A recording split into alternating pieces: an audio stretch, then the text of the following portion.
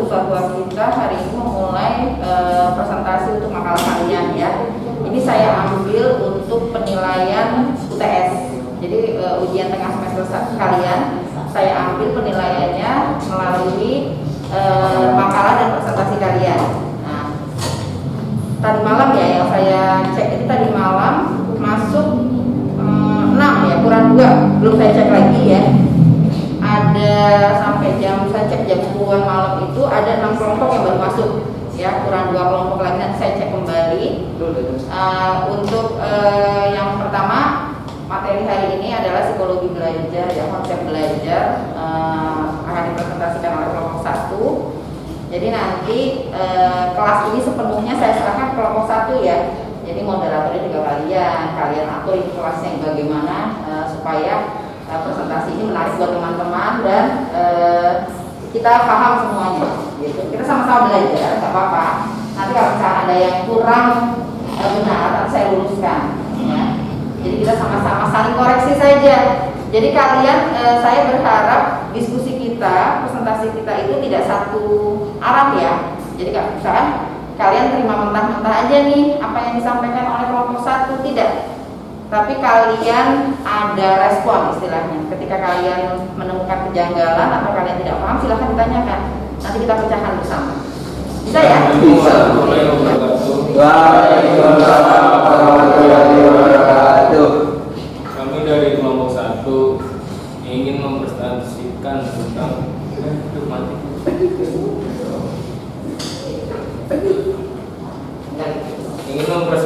tentang konsep belajar.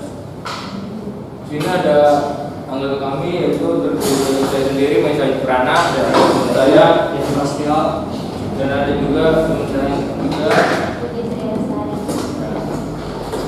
Tentu saja.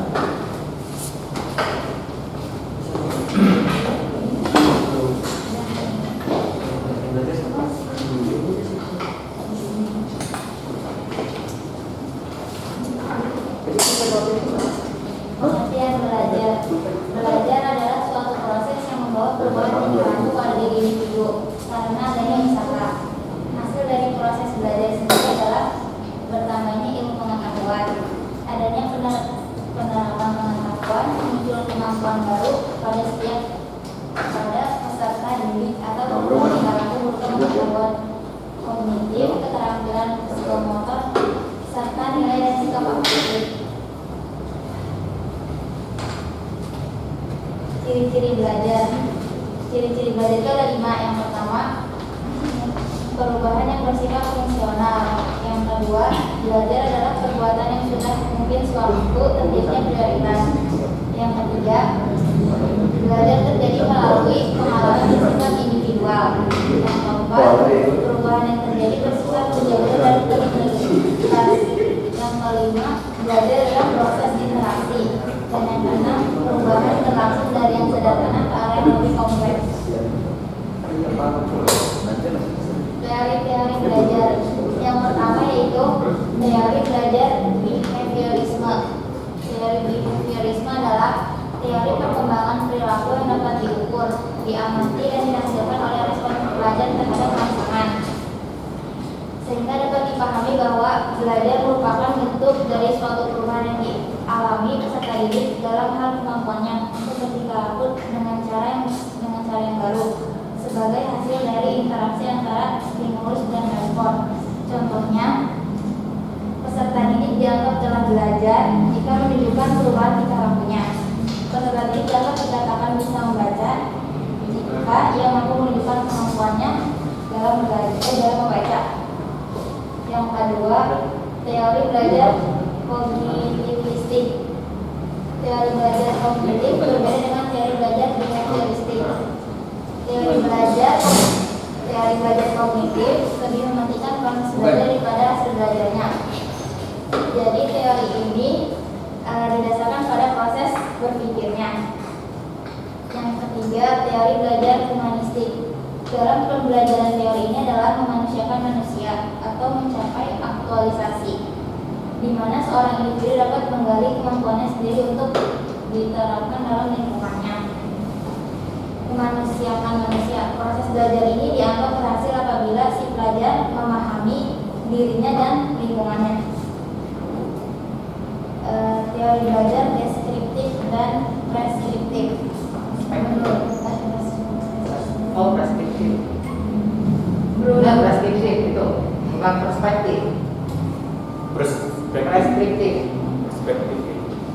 menurut Brunner, Perspektif kayak kan lawannya itu perspektif. Bukan preskriptif. Oke.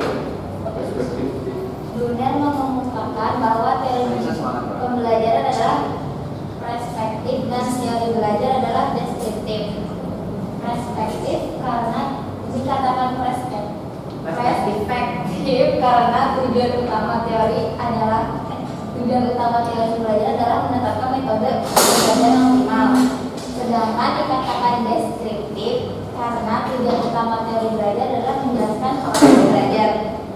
Jadi deskriptif ini lebih kepada menjelaskan proses belajarnya, sedangkan Teman-temannya jangan ke saya. Ya teman-temannya udah ketawa nih bercanda terus dari tadi. Kamu perhatikan ya. deskriptif lebih kepada menjelaskan proses belajarnya, sedangkan perspektif lebih kepada menetapkan metode pembelajarannya.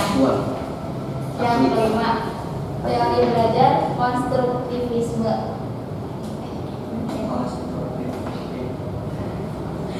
Teori belajar konstruktivistik yaitu memahami Sama ini ya Mbak, sama. Konstruktivisme bisa disebut konstruktivistik itu sama. memahami belajar sebagai proses pembentukan atau konstruktivis pengetahuan oleh si pembelajar itu sendiri. Jadi dalam proses pembelajaran ini siswa harus mendapatkan penekanan, mereka lain harus aktif mengembangkan pengetahuan mereka.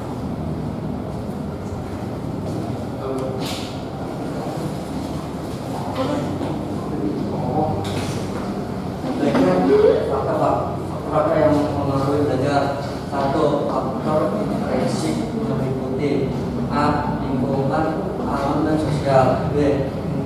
Instrumental, kurikulum atau bahan pelajaran guru atau pengajar, saran dan prasarana, administrasi dan Administrasi abang. administrasi Kita dan dari instrumental instrumen. dua, faktor ekstrinsik. Ekstrim. Gak apa-apa. Kamu baru pertama kali berbicara di depanmu, enggak kan? Udah sering. Grogi itu biasa. Rasanya gimana di depan? Apa-apa, belajar. Ekstrinsik meliputi A. Fisiologis, kondisi fisik dan kondisi panca-indera.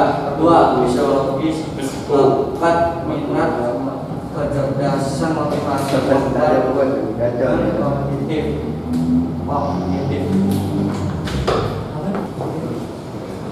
Menurut selama itu faktor yang mempengaruhi presentasi belajar banyak jenisnya, tetapi dapat digolongkan menjadi dua, yaitu satu, faktor internal, yaitu faktor yang ada dalam diri peserta didik yang sedang belajar. Faktor internal terdiri yaitu A. Faktor jasmania, kesehatan dan cacat tubuh. B. Faktor fisiologis, inteligensi, perhatian, minat, bakat, bakat, motif, kematangan dan kesiapan. C. Faktor kelelahan.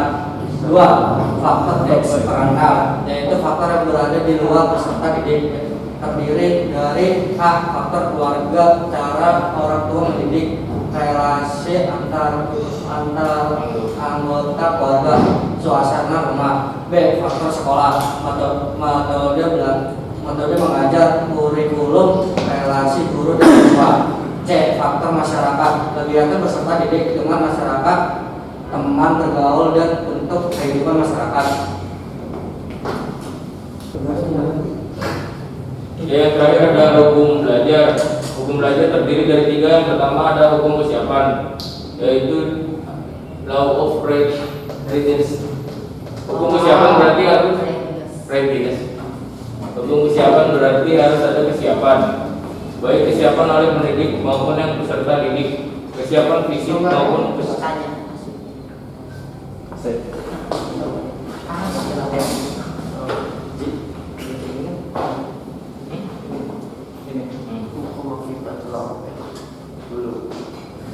baik kesiapan oleh pendidik maupun peserta didik, kesiapan fisik maupun psikis, agar kegiatan pembelajaran memberikan hasil yang diinginkan. Contohnya seperti seorang guru menyuruh muridnya untuk berolahraga mengelilingi lapangan sebanyak 10 kali. Misalnya, tapi sebelumnya tidak ada pemanasan terlebih dahulu dan mengakibatkan para murid tidak bisa mengelilingi lapangan sebanyak 10 kali karena tidak ada kesiapan fisik berupa pemanasan. Itu kan memberikan hasil peserta didik kesiapan fisik maupun fisik. Yang kedua ada hukum latihan. Hukum latihan memiliki arti bahwa semakin banyak latihan, semakin besar peluang untuk berhasil. Artinya kegiatan pembelajaran akan berhasil jika peserta didik dibiasakan untuk latihan secara kontinu dan terukur. Contohnya itu seperti kita harus banyak berlatih untuk mendapatkan sesuatu hasil yang luar biasa. Contohnya untuk meraih juara Olimpiade internasional. Jadi kita harus belajar dan mengerjakan latihan-latihan soal supaya bisa mendapatkan peluang dan berhasil memenangkan Olimpiade. Jadi di hukum latihan ini sebanyak kita latihan, maka semakin besar peluang untuk berhasil. Yang ketiga hukum akibat. Hukum akibat ini sendiri yaitu dalam dunia pendidikan. Hukum akibat ini terjadi pada tindakan seseorang yang memberikan hukuman atau hadiah, situasi dan perilaku yang membawa akibat. Contohnya itu seorang murid mendapatkan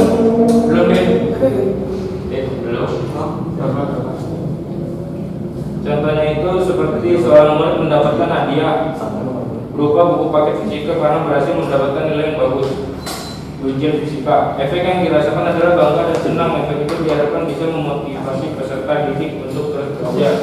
Jadi di hukum akibat ini dia memberi apresiasi, memberikan motivasi itu dengan yang memberikan dorongan hadiah gitu, jadi biar semangat. Ya. Nah, kesimpulan dari semua ini yaitu belajar adalah suatu proses yang membawa perubahan tingkah laku pada diri individu karena adanya usaha. Belajar bukanlah suatu tujuan utama, tetapi merupakan suatu sarana untuk mencapai tujuan.